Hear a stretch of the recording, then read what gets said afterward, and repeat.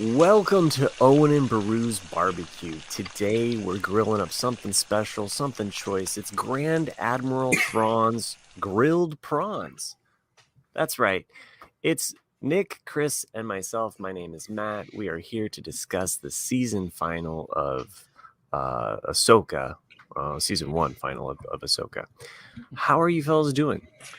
I would have thought you would have gone with like a few days old meat or something, or revitalized leftovers or something, like some kind of zombie meat. Oh, yeah. Or a meal that left me wanting more, maybe? Yeah.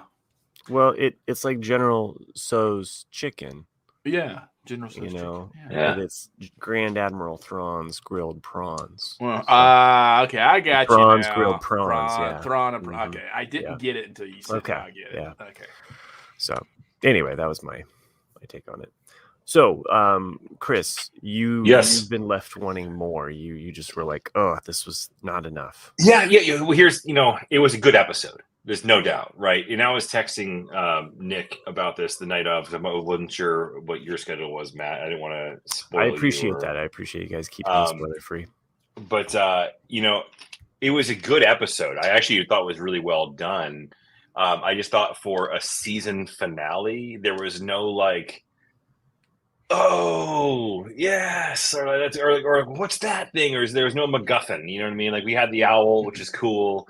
And I dare say that and before, we haven't discussed the episode yet, but I dare say that it's a dangerous path to take to have the Mortis brothers and sisters and dad and whatever be like the focal point, because that's gonna fly way over the average viewer's head. Not if it's done right. Pertains to the story. Yeah, we'll see. Right, we'll see. I mean, I don't know how it's going to pan out. I think my brother was, he was kind of one of those Star Wars fans that felt left out. Like he was just like, wait, am I supposed to know what this is? Right. And I said, well, it's like one of the Mortis gods, and but I feel like it's a large statue that's has its fist out. And it leaves you knowing that, like, oh, there's something ancient here that they haven't, that he's, so even if you don't know what it is, it's like clearly in the off season, you can dive deeper, and it would be almost ideal if Disney Plus were to do something like at the end of that show, you go right to the Mortis trilogy or something like that. Sure. Like have that queued up so that, you can just go to that or have an Ahsoka. I know they have Ahsoka Essential Essentials episodes. Yeah. So, but, setting something up that if you're wanting more and you're curious, like, what is this?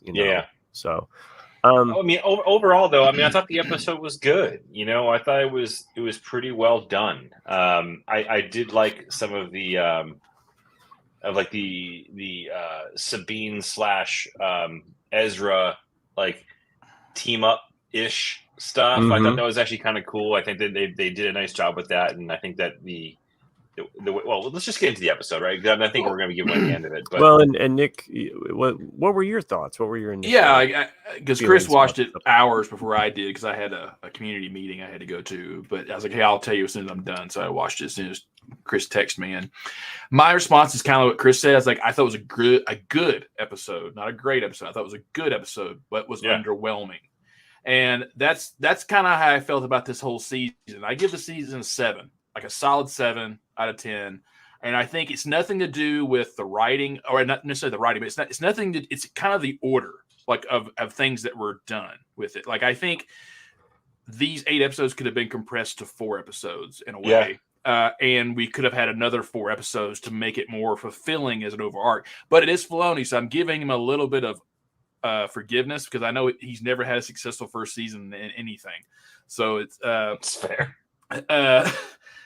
There's lots of things that we can get into as we get into the episode, because there's definitely some thought. There's a lot of really cool stuff in this episode that I really appreciated. But there's definitely some things that I nitpicked too, of like, that should have been in like an episode 3. That should have been here. Like little things to help people understand more. Kind of like what you're talking about with your brother-in-law, you said? Or no, just my brother. Your brother, yeah. Like of just like, hey, like this, if this would have been said in this episode, it would have made this stuff more fulfilling. If this would, because it's just, there's a lot of stuff that it kind of counted on people having seen stuff before it did this season.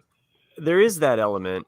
I think there's also that like, hey, if we have to explain everything, to you, so it, so maybe for the casual viewer, that stuff doesn't grab them. But I'm with you on Nick on the fact that Filoni does like to set the table, and boy, did he set the table. He did. Like he introduced Star Wars fans to the witches, the warlord, and Narnia. Narnia. And Narnia. Like, Narnia. That's what I'm saying. That's the title. The title is a reference to Narnia, and he's said that the world between worlds is like a Narnia kind of world, and that's where we kind of left Sabine and Ahsoka there at the end. Is they are. It's just like it. Yeah, they instead of going through a cupboard, they're going through and they're trapped just like in that book. They're trapped in that world, but eventually they get back. And so it's like, oh, there's a little clue in a way. If you know well, and not only that, but like that book specifically at the end, like they age a long time in that book, and then they come back as children again. Mm-hmm. So which gives you kind of an idea of like that idea of time. What you're saying is we're going to get like the Muppet Babies version of Thrawn when he returns? No. No. I mean, Thrawn's already returned. I'm saying Ahsoka and Sabine. I know. I'm just making they come back as Muppet Babies. So it could have been. Yeah. So, anyway, this episode had a lot, and it explained a lot too, even as it raised questions. It felt.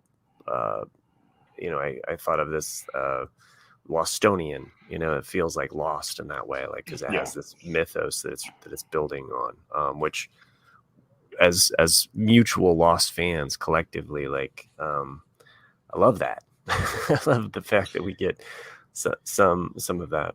Yeah, but I think it's relied heavily on the story of Clone Wars, right? So I mean, it's of all the episodes of this entire series so far, this is the one that you can say, like, if you didn't watch Clone Wars, you're going to be fucking lost.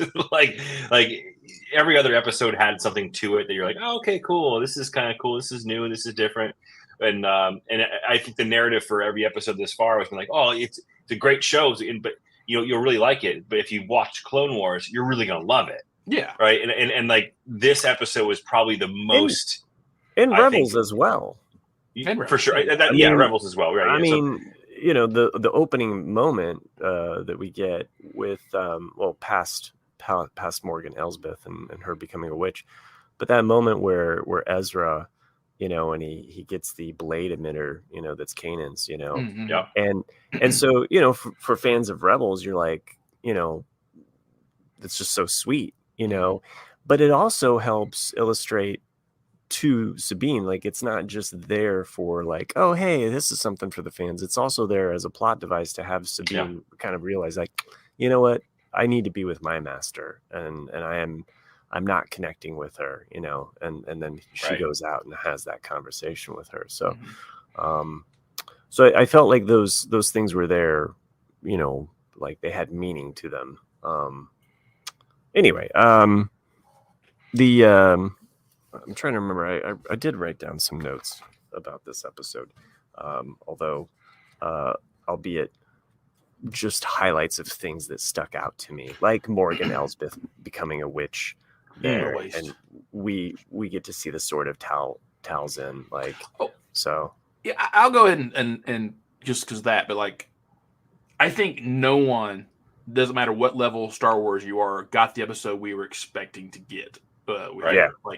Because to me, in my mind, I really thought this was going to be more of a Baylan and Shin focused episode. You would see Thrawn get back, but it would be one of those things like everything within the context of Baylan on his quest, and then because think about where we were left off with this. Thrawn basically, as I already said, I've taken away time. There's nothing she can do. So let's let that play out and let's concentrate on something else, because to me, Baylan needed it would have made way more sense. It would have made more sense, yeah, because to me, Baylan's story arc is really open-ended. There's nothing. Sure.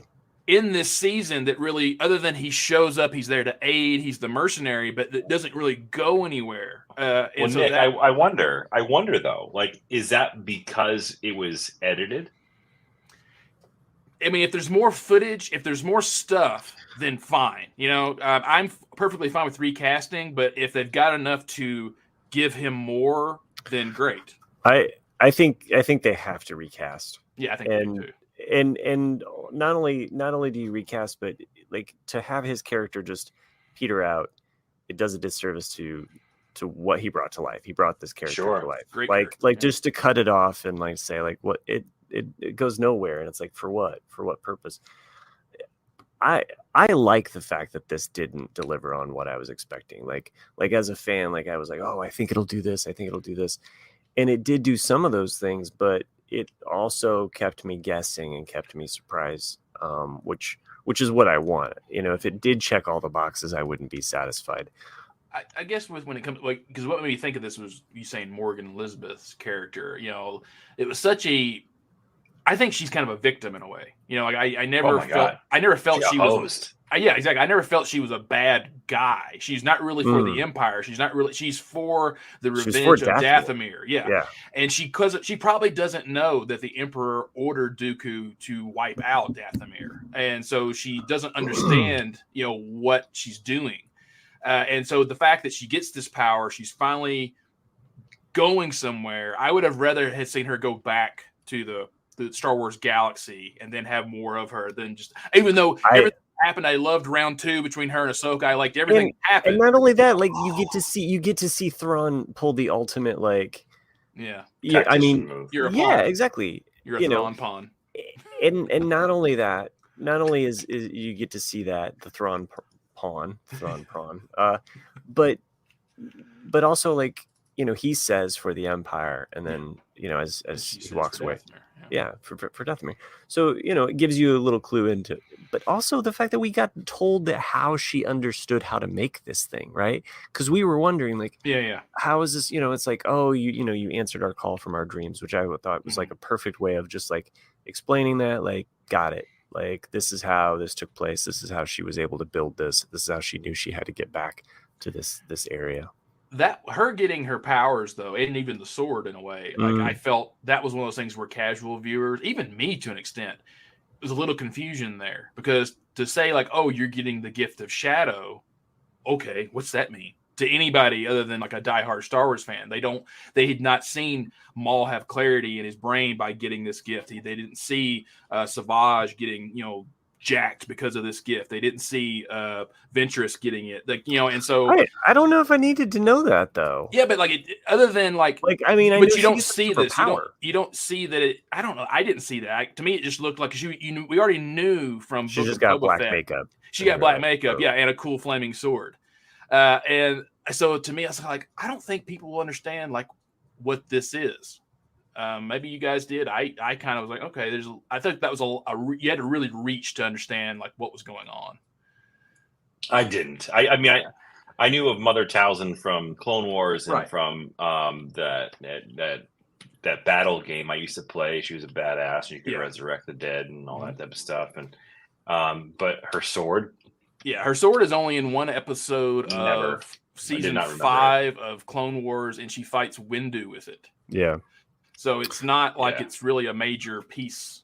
But I didn't need to know that. No, you don't. I mean, it worked still. Like, I knew, like, oh, she got a badass sword and she's going to fight Ahsoka with it. Like, if I don't even think she had the power. They raised the dead, which was nice to see that happen. Also, confirmation from Ezra as he, they say like, oh, have you seen this before? And he's like, no, this is new. So I liked that, it kind of answered that question of like, okay, is this something that they've done before? Are they all dead? Like, what's happening there? But no, we had like that confirmation that no, these are dead, and they brought them back to life. Speaking of that, I understand it's Disney. I understand that, it's a live action show, but come on, man. I want to see some limbs get hacked off by some zombies. Just cut their legs off. You end it right there. Like I was a little disappointed. I was like, I want to see some, I understand they're real people in the suits, so they're probably not going to just be whacking off people's legs. But I would have liked to. They got sliced up. They did get sliced up like later, but I think it would have been cool to like seeing like how Anakin like in I think episode 3 like does the arms and the legs of a battle droid. It's like, come on, just do that to a zombie real quick and just knocking off the limbs. That's just a little thing that kind of irked me a little bone bit. crunching, No, it was cool. So it was cool. I love the 2 rebel callouts where Sabine pushes Ezra, and we have that moment. I know we're jumping further, but that was something we just saw all the time in Rebels, and the fact that Sabine was just like, no, we can do this, like, and and just that trust kind of moment. So I also had I had some season 1 Rebels vibes when they were flying above the turtle shell guys. And she's like standing on top of the ship, and then Sabine comes out and just totally reminded me of Ezra trying to learn how to use the Force when Zeb threw him off the ship. Right. Well, even that moment where Thrawn's leaving and he's like, "Peace out, I'm gonna blow up the temple." Right. That cool action shot of them running off the. You mean Back to the Future Part 2? Yeah, but they've done that so many times in Rebels as well. I know, but it just made me laugh. I was like, they're pulling a Marty McFly. He like jumps off the side of the building. Then I don't think any of us didn't doubt. Way to go! Nice shot, Doc. I don't know. My thought went to Rebels, okay, because I had seen them do that maneuver in Rebels, so that's what I had went to, and I think also too just because we saw that Force push. I realize you didn't like it, but no. I liked the Force push. It was one of those things. I would like to, in maybe season 2, them explain that this planet has like extremely great Force powers that it helps you enhance and learn. Because to me, is the Force. The planet is the Force in a way. I would love that because this whole season we've seen Sabine have almost minimal nothing. That's someone said that. Oh, really? The planet is the Force. But I mean, it could be someone's theory. But I don't know. No, that was Obi-Wan to Anakin in Clone Wars. That's a different planet, though. Is it? Oh. Yeah. It would be. Where they're at. Because it's like I love the Force pull the lightsaber to the zombie head.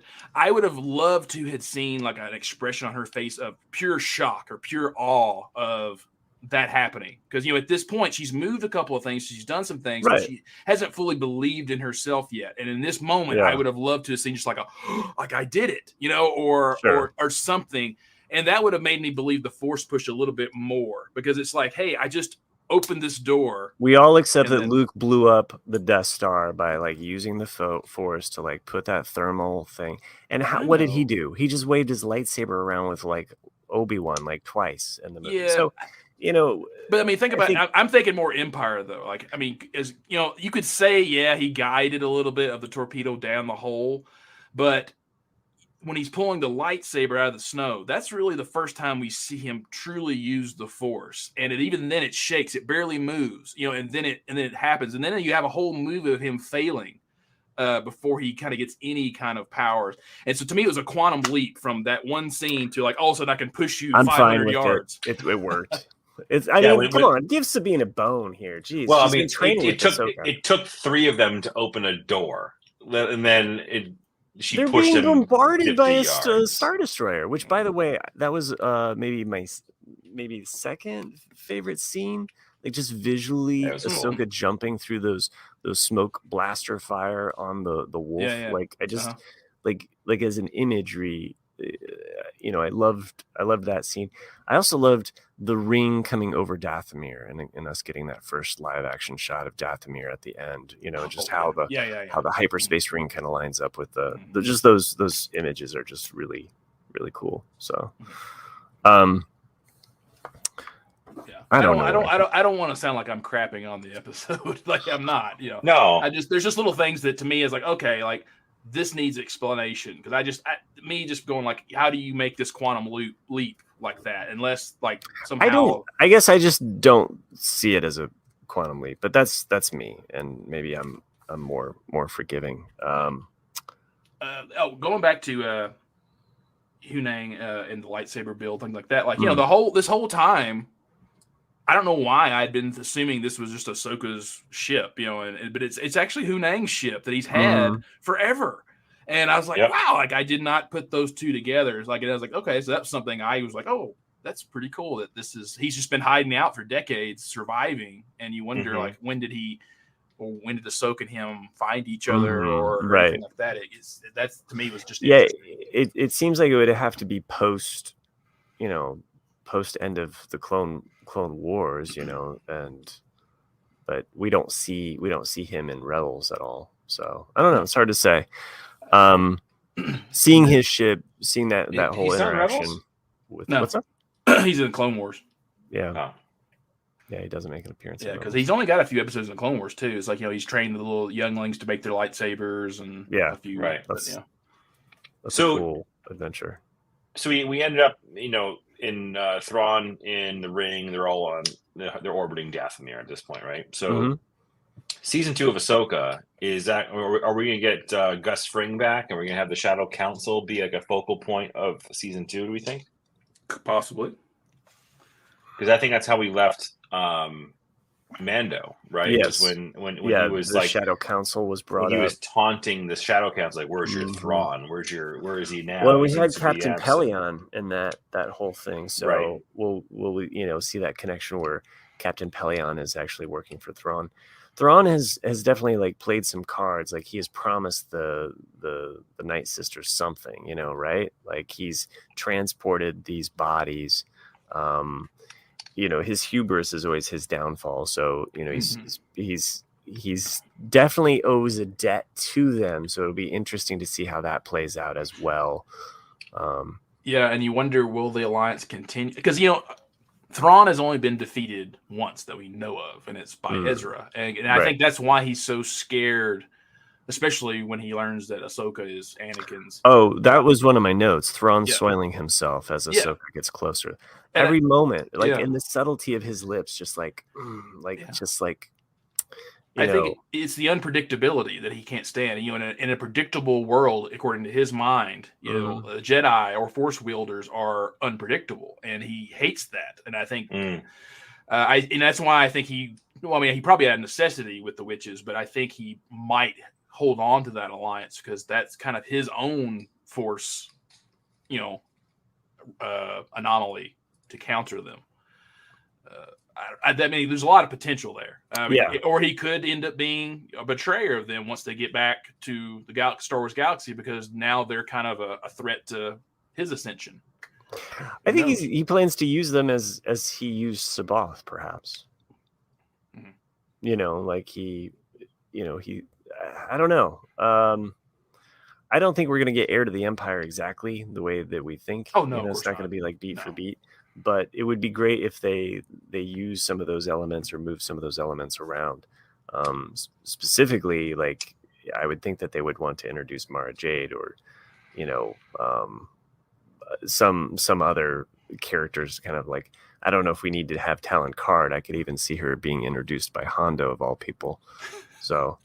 Well, I mean, their voices. No, it's just Hondo. I'm just thinking Hondo. Because I hated Hondo so much in Clone Wars, but then I loved him in Rebels. Right. And I'm just mid on him at Disney. Now, going back to when Sabine leaves Ezra building his lightsaber and goes out and we hear that this is the one sentence that I was like, this should have been told either in episode 1 or 2, which was when Hunang admits that the reason why Ahsoka didn't train Sabine is because she was worried that she was learning for the wrong reasons. And because I think this would have paired very well with the way Ahsoka's motivations were early in the seasons of, she's scared because she's so guilty of Anakin turned to the dark side. She feels a failure, and then she abandoned her apprentice or Padawan because she didn't want her to turn to the dark side as well. And that was like, that should have been addressed, because if you think about it in that context, watching it from the beginning, you see the hostility between Sabine and Ahsoka. You see the world between worlds much clearer. There's a lot of things that, like, that one line should have been early on. But how do you introduce that into whom? I know, because it makes sense with Ezra, because he's like he's our we are almost kind of in this universe now through Ezra's eyes, because he's viewing this as new, like what happened between them, and to get that full reveal about Mandalore and the burning and like her family being lost, like all of those things, like it did click. I understand what you're saying. I liked the reveal. Maybe for the normies, maybe that would help. Yeah. Like fill in those cracks, like even Morgan Elsbeth, like how did she get this information, like right. having like this moment where a Night Sister like is in her image, and we see her waking up or something like that, telegraphing those moments. But by the way, that temple, so lucky that they have doors. I mean, that was like, there's always a bigger all fish. Those doors. Yeah. There's always another door to close behind these and things. all you have to do is like just slash it, and yeah. it just closes. Yeah. I assume that my light switches work that same way. If I just slash it, my lights turn off. So yeah. Another thing, like subtle thing that I liked in that same scene when Ahsoka and Sabine are out on the wing, was, she asked her a normal question, like, have you been keeping up with your training? And she goes, I've been trying. And then, and it's something that I liked, that's another thing, didn't need explanation. It was just one of those things, either you get it or you don't get it. And then she goes, I know, do. And so clearly, Yoda has said this line to so many people over the years that it's just every Jedi knows it. Like, you do it. It was subtle enough, but I definitely picked up on that, and I liked that, because it was like, of course Yoda would have told this to Ahsoka, and of course Ahsoka would have like pushed this on her Padawan, so. And even Ahsoka says Kanan's line from season 1 as well, about having a lightsaber doesn't make you a Jedi.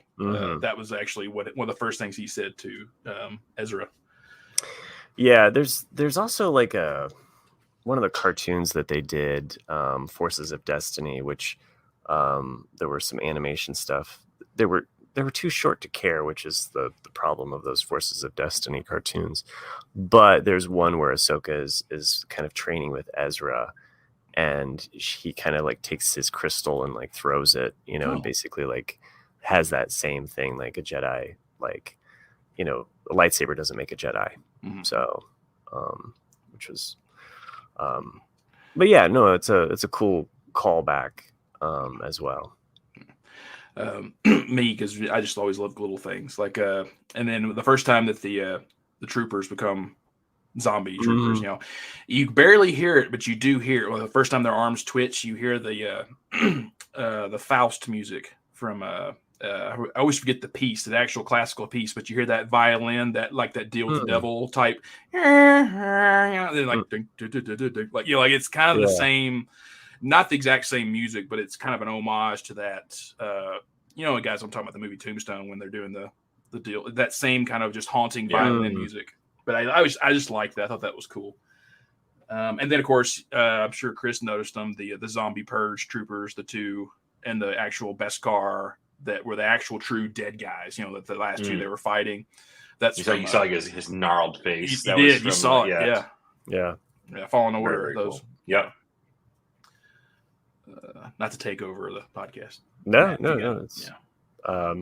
I'm reading through my notes as well, like you do. So I'm just kind of these are a lot of the things that I have written down.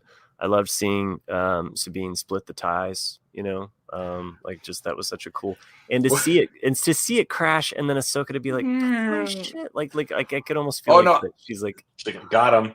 I felt exactly. I felt Hunang was more that guy than Ahsoka, because like you see her walking towards them, and then he's just looking like, that's where all my crap is. Like like what the heck? Yeah. But yeah, she got the cool fade away, walk away.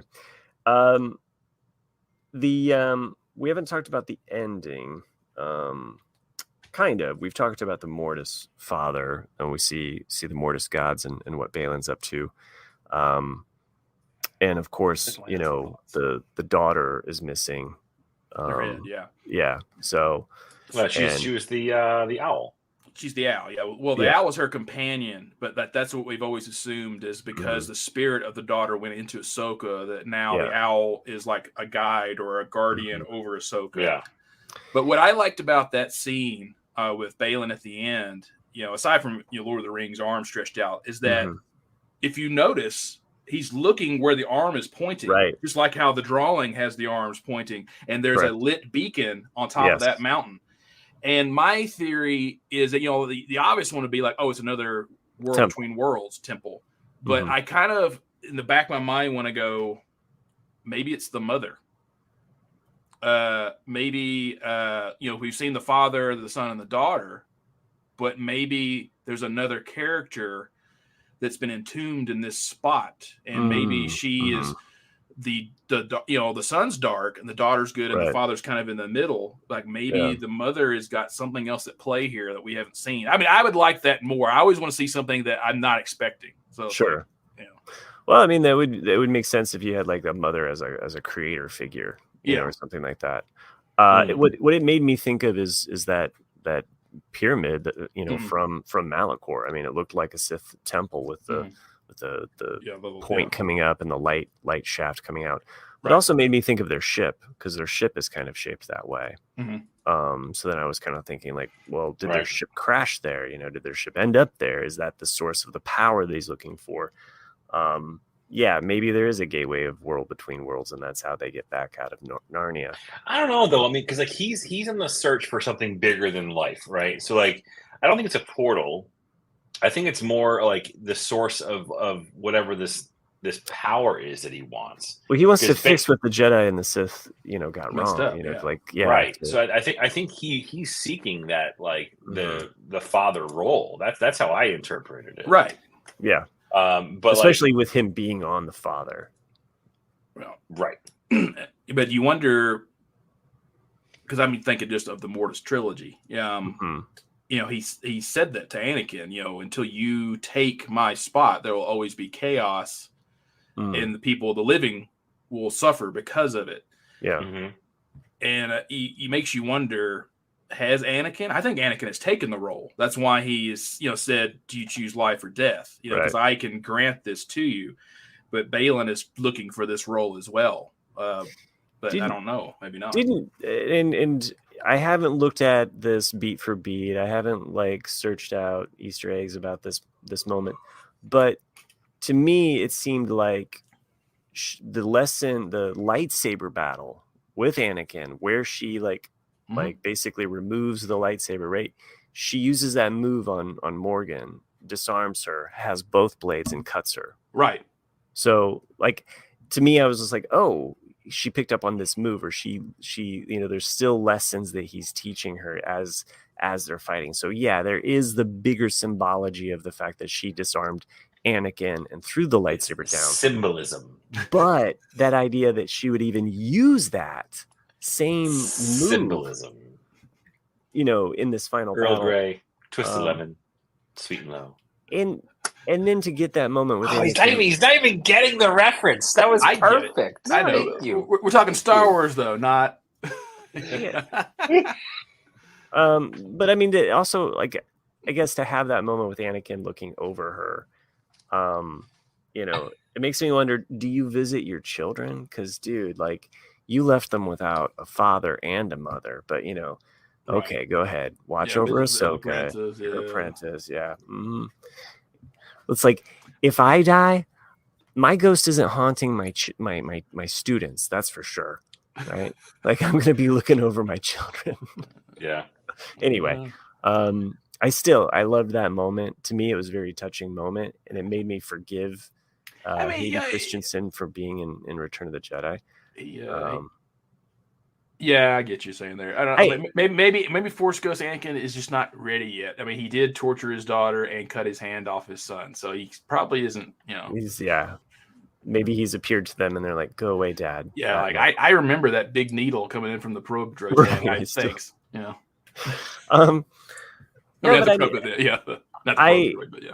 I like the idea that we could even see Anakin if we do get more of this Mortis temple, this Mortis, Mortis gods.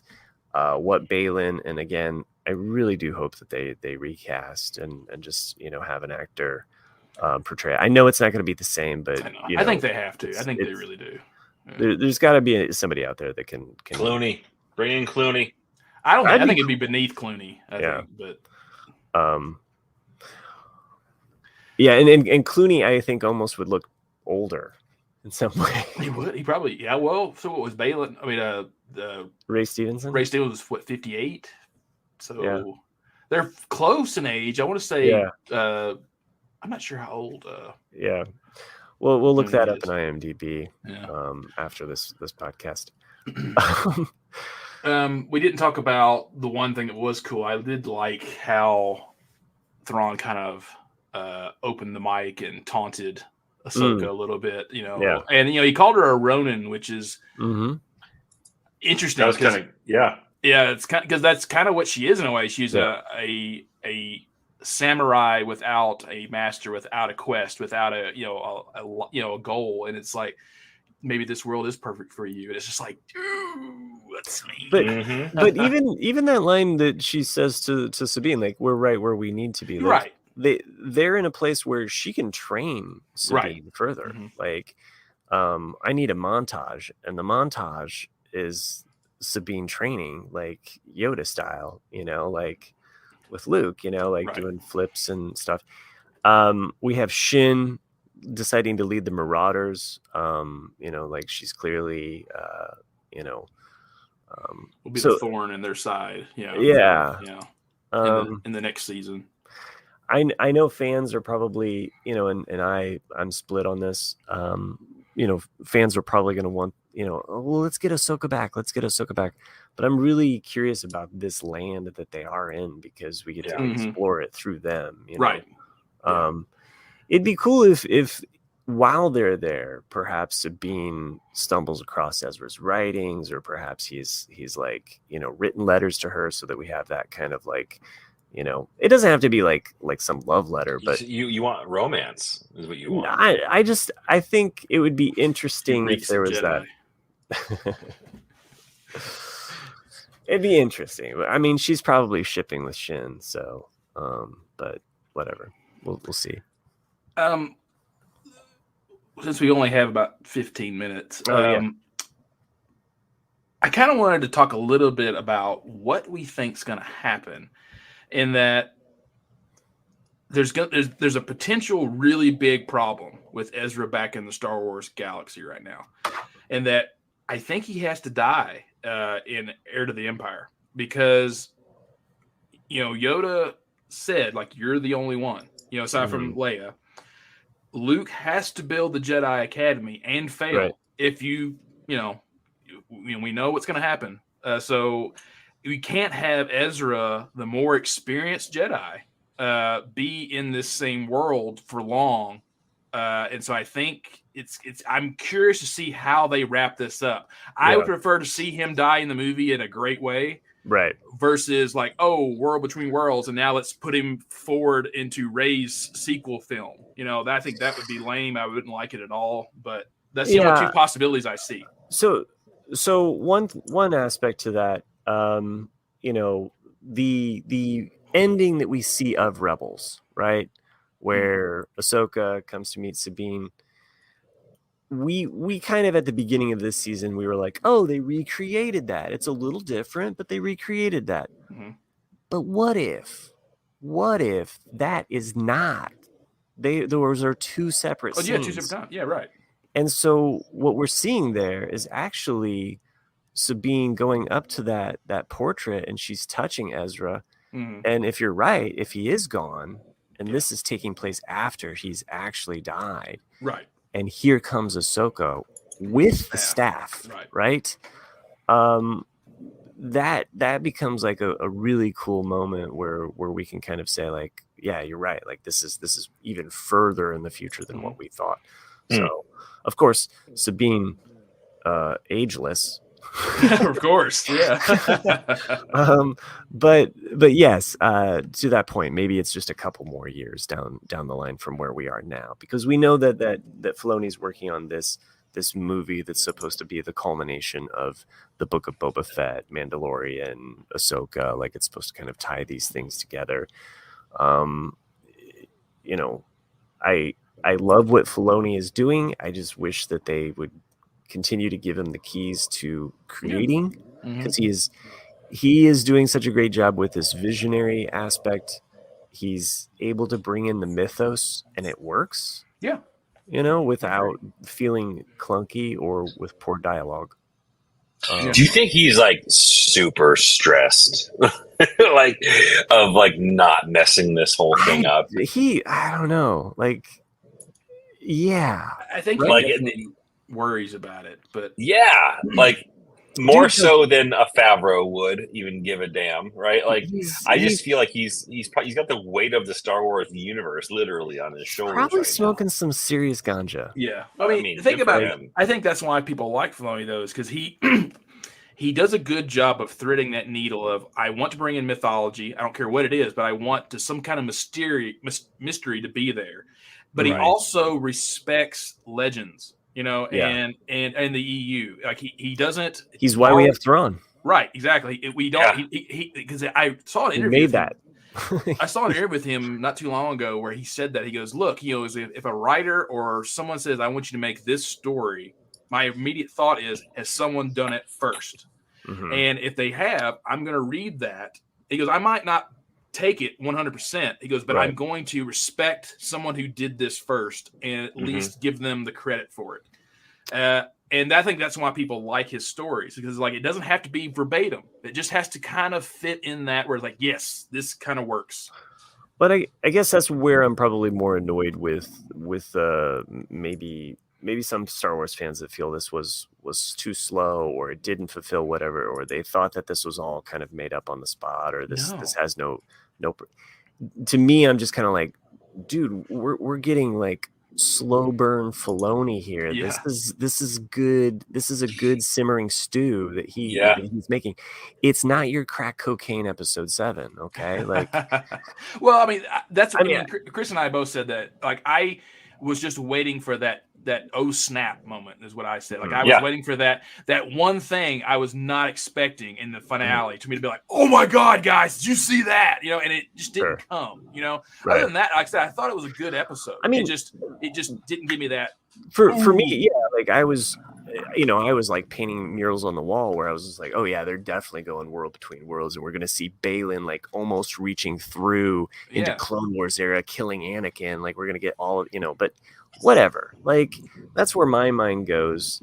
And I'm glad that it didn't fill it all in, I guess. Go ahead, Nick. So it makes me, because I'm just thinking right now, because you're talking about that, like, what if my theory's right and he actually finds the mother, Balin finds the mother, and she explains to him that the father imprisoned her and she's actually evil, or something like that. And he realizes that the start of all this doesn't have to do with the Jedi and the Sith. It actually starts with the split of the daughter and the son. And he actually tries to go back almost to the origins of it, to just have always balance, because he likes the idea of it, but not the reality. I don't know if Filoni will do this, but they are making a Dawn of the Jedi movie, which would be an interesting way to connect some early mythology with this. Yeah. So even if it's just threading it.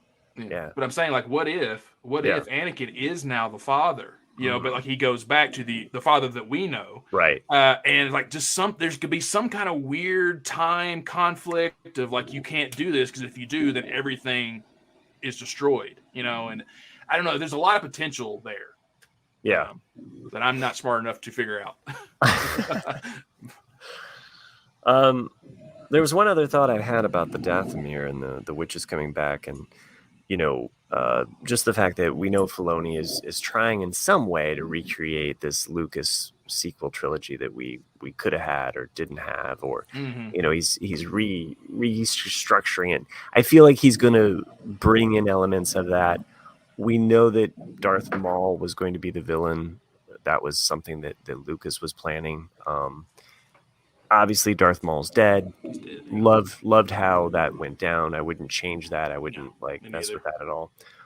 But we could have another Dathomirian warrior that is very Darth Maul-like, coming from this now new resurrection. Yeah, exactly. Or resurrection, yeah. Or resurrection. Mm-hmm. Yeah. So I don't want to see like Darth Maul resurrected in the desert, like all like zombified. I don't need him like again just to have Darth Maul. But as a placeholder to say we could have a Dathomirian warrior that echoes that. That might be something we get. As you guys know, like Ventress is my favorite character. I don't know why. Yes. I just always liked Ventress. And she actually is buried, or not buried. She's in the pools of Dathomir. Like in that, I mean, I wouldn't want her to be the main villain, right? I can't see that, and I wouldn't like that. But whereas you're saying, like we know that, like Maul's buried on Tatooine in the desert, so that doesn't really quite work. Where's Opress? I thought he died on Coruscant under the Emperor, right? He did, yeah. I thought the Savage Opress was killed by the Emperor, on Coruscant. That's from my vague memory, unless it was on Mandalore, and I'm mistaking that. But it's been a while since I've watched the Clone Wars. At the end of this series, though, it did make me want to go back and rewatch, like season 3 and 4 of Rebels, just to see Thrawn again and all of that unfolding. Oh, Rebels, yeah. I mean, even Clone Wars, it's funny because I have like this whole spreadsheet of like episodes you can skip, which ones you have to immediately watch, all this, and then now I'm like, well, now I have to go and reevaluate, Hugh Nang's episode of teaching younglings lightsabers because it's like, well, you might need to know this character for this, Yep. So good that we got Tennant as the voice, because he does bring something to that is just so nuanced. So love all of the scenes with Hu Yang. And so is Hu Yang is he like the narrator for the entire universe now? Like, are all the stories we've seen just him reading them off? I mean, that would make sense to an extent. I mean, because C-3PO has always been Star Wars. The number narrator. Of movies are his version or his story of the episodes, whereas in everything else could be Hu Yang. That makes sense. That'd be cool. A long time ago in a galaxy far, far away. I'm trying to think if I don't think I have any other really important notes here. I think we've already kind of talked it all. Yeah, no, you've hit a lot of the aspects there. Good episode. I just wanted more from a finale. That's all. And Chris, again, we got more action. Like it delivered on action. Like I mean, this lightsaber stuff has been rewarding. The fight choreography's been great. Yeah. It's been really good across the board. I know what you mean. I would have almost liked one more scene. And that's just me being selfish because I want more with Baylan, and Shin. I would have liked to have had more with that. And again, I hope they. One other question I'll pose to you: if we're doing Heir to the Empire, Thrawn's back. You cannot ignore Luke, Leia, Han, Chewie. Like, we just gonna say that they're not there, like at all? They're just gonna ignore Thrawn? Like, we're not gonna have them interact? And if if we're going to introduce Luke, Leia, Han, recast them, recast, right? Yeah. Or are we just going to say, go ahead, Disney, spend all your money on this deep fake stuff? Like, what would you rather have? Well, you're not going to get Harrison Ford, and you can't have Carrie Fisher. Right. So you have to recast in a way. And fans have already cast Sebastian Stan. So exactly, as Luke, because he does. He looks good enough. He looks good enough. Yeah. No, he looks awesome. I mean, if you want to be honest, you're never going to get somebody that looks like Carrie Fisher. But do you just say, "Hey, Billy Lord, would you step into the role?" I think she would. I don't think she looks a lot like her mother at all. I don't think she looks a lot like, but you know what? Hera doesn't look like, Rebels. True. So if I can get over that, then I think collectively we almost have to just kind of say, let's just have recast of these. It would be hard to recast Han Solo, though. That would probably be the hardest, I think. I think you'd have to keep them to a very minimal role. Yeah. Han and Leia, anyhow. Yeah. But that's the thing is that if you do a true, like to me, I've been fine with that, doing the Heir to the Empire with Ezra. I'm conflicted on both, because it's one of those things where I get where diehard fans are like, how can you have Heir to the Empire and then Luke's just doing his own thing? Exactly. Like, where is he? And I get that. I want to see Ezra training Jason. Like, just let me see that. Let me see that moment. Like, that'd be cool. That would be a nice little touch. So the big question here, the elephant in the room, is that as we are nearing the end of the show here, yes, when are we going to be back? Oh, as a podcast? No telling. I don't know. There's no new material going out. TBD, I guess. TBD. Well, we can always do a show. We can crank up the old grill. There's lots. Yeah, I haven't even started reading from a certain point of view for Jedi yet, so we definitely could discuss a few of those chapters if we wanted to. And I don't know if either of you have seen the Visions, but I'd love to talk Visions anytime that you guys want to discuss those. I think there's some really fun stuff in there. I don't know. Maybe we come back and discuss the Mortis trilogy further. We could. Yeah. So, or just a hodgepodge. Of some stuff. So there it is. Yeah. Well, thank you everyone that joins in and listens to this podcast. We appreciate it. Send us your feedback to theforceiswelldone at gmail.com. If you're like some patrons that make this show possible, go over to jandjack.com, become a patron. Every little bit helps, but there are a few patrons that these gentlemen love to hear what I have to say and make up their names. I know this is there's a lot riding on the line. This is the last episode for a while here. Kanan Joanne's blade emitter. It's like Kanan Jarrus, but Kanan Joanne's. Okay, Chris is throwing a flag on that play. Long live the Eckhart. Okay. Closer. Warmer. All right. Ezra Ed's force flying. Best one so far. Okay. And last but not least, Mortis God Maggie. Oh, she'll love there that. It is. Yeah. There it is. Okay. Yeah. As long as I could finish 2 out of 4. We didn't discuss 2 other little things. Too late. I did like that. I did like that Ezra wore Stormtrooper armor. I thought that was cool. His training. That was pretty cool. I did think that it was odd that Hera did not hug him. I wanted to see him bend down and do that thing with Chopper where he kind of wiggles his head like a little puppy. I wanted to see him kind of be like, Chopper, because if I had not seen Chopper, like that's like a pet. Yeah. Like I would be like, oh, buddy. Yeah. That scene to me could have been a lot better. I love that Chopper was the one that recognized him. It could that's my buddy. Yeah, they played up the tension a little bit more.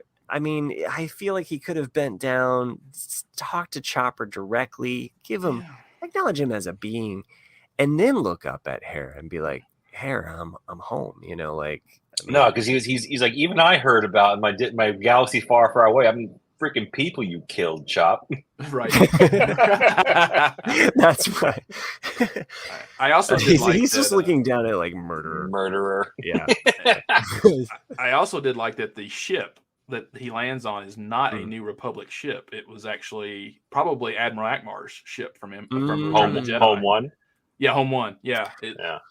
It would have been we don't have to have this many callbacks in an episode, but had they had it on a blip on a screen, like, oh, we've got something approaching, and it's like, sir, what is it? It's an old code, but it checks out. Yeah, because he would have an old rebel. It's an old rebel code, but it checks out like that.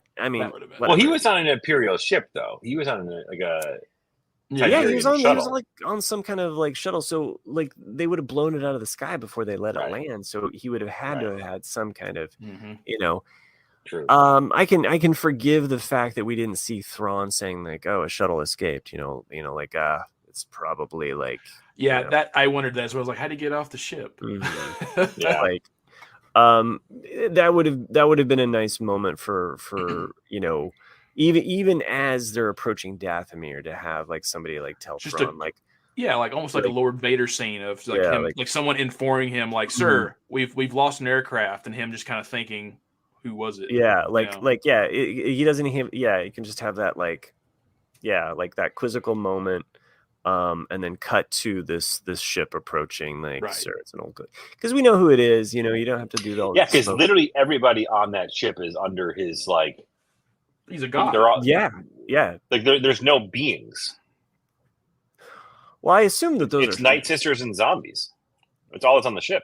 Oh yeah. I guess that we're out of time. Yeah. This was a great show, kids. It was 1 in a million. We'll be back. Take care. Okay. Bye-bye. See you guys.